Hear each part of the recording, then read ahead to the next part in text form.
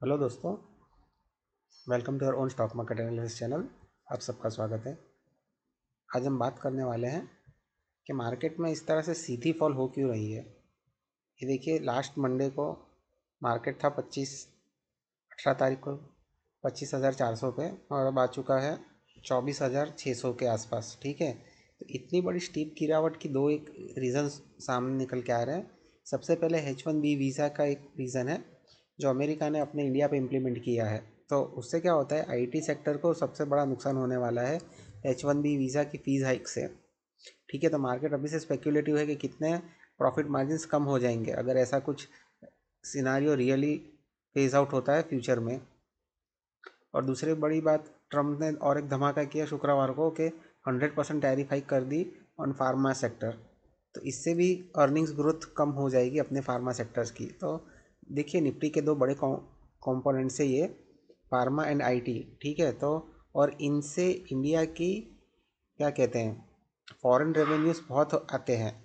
ठीक है, तो ये एक नेगेटिव रीज़न हो सकता है मार्केट का गिरने के लिए कि इंडिया के फॉरेन रेवेन्यूज़ के ऊपर एक दो सेक्टर काफ़ी डिपेंडेंट है। तो this is the one reason कि market is falling in a straight single manner. और अगर हम वीकली चार्ट की बात करें तो निफ्टी ने इस हफ्ते 2.5% की भारी गिरावट देखने को मिली है। ये बार में 3 हफ्ते की जो अप ट्रेंड थी ऑलमोस्ट ख़त्म हो चुकी है इस एक हफ्ते की गिरावट में। ठीक है, तो it is very difficult to trade in this kind of a market.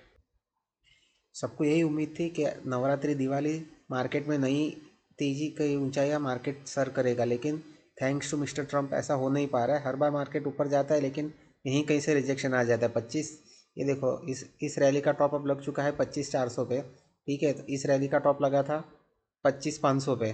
तो इस बार भी मार्केट ने एक लोअर टॉप फॉर्मेशन ही क्रिएट किया है। तो this is not a good sign for short term period. अब देखते हैं कि आने वाला ट्रिगर अब 10 तारीख से कॉर्पोरेट रिजल्ट शुरू हो जाएंगे।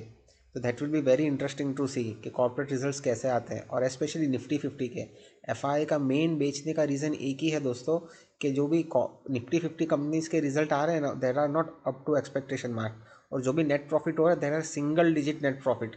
ये बात ध्यान से सुनिए, single digit net profit. FI हम तो पसंद करते हैं लेकिन एफआई नहीं पसंद करता है। उनको जनरली 20% के ऊपर के नेट प्रॉफिट्स हो तो ही उनको अच्छा लगता है, बिकॉज उनको तो रुपी डॉलर टर्म में एडजस्टमेंट करना पड़ता है। ये भी एक बात है जो कई लोग समझ नहीं पाते हैं। ठीक है, वो हर एक चीज़ को अपने डॉलर के हिसाब से माप तोलते हैं। तो ये कुछ रीजंस है, फंडामेंटल रीजंस है। ठीक है, हमें सोचने पड़ेंगे कि आने वाले टाइम में मार्केट मंदा रहेगा या फिर से तेजी के प्रभाव में आ जाएगा। तो अब इम्पोर्टेंट लेवल्स की बात कर लेते हैं इस हफ्ते के लिए। तो इस हफ्ते बहुत इंपॉर्टेंट लेवल होगा निफ्टी को 24,400 24,350। ये बहुत महत्वपूर्ण लेवल्स है। दो डबल बॉटम किस्म के पैटर्न है यहाँ पे। अगर 350 के नीचे जाता है निफ्टी किसी भी कारणवश, तो समझिएगा बहुत दिक्कत हो जाएगी फिर मार्केट में। निफ्टी को किसी भी तरह बुल्स को डिफेंड करना होगा इस लेवल को, 24,350 को। अगर बुल्स नहीं डिफेंड कर पाए 24,350, तो फिर मार्केट में और बड़ी गिरावट हो सकती है। अगर ये डिफेंड कर लेता है तो ठीक, बहुत अच्छी बात है। मैं तो ये एक्सपेक्ट करता हूँ कि मार्केट ऊपर तेज़ी बना रहे। तो इस हफ्ते का लेवल हो सकता है 24,400 और 24,800। इस जोन के बीच में मार्केट खेलना चाहिए फॉर दिस वीक। और एक बात याद रखिए, 30 तारीख को मंथली एक्सपायरी है। Please do remember this one point कि मंथली एक्सपायरी अब मंगलवार को होने वाली है सारे स्टॉक्स की। तो मंगलवार को मंथली एक्सपायरी विथ गुरुवार को छुट्टी है। दशहरा और उसकी अपनी दशहरा भी है और गांधी जयंती भी है, तो उसकी रजा होने वाली है गुरुवार को। तो ये कुछ पॉइंट से ध्यान में लीजिएगा अपने ट्रेडिंग सेटअप के बारे में। और इसी पे मेरी ओर से डिस्कशन है, kindly ask your financial advisor before taking any trading decisions.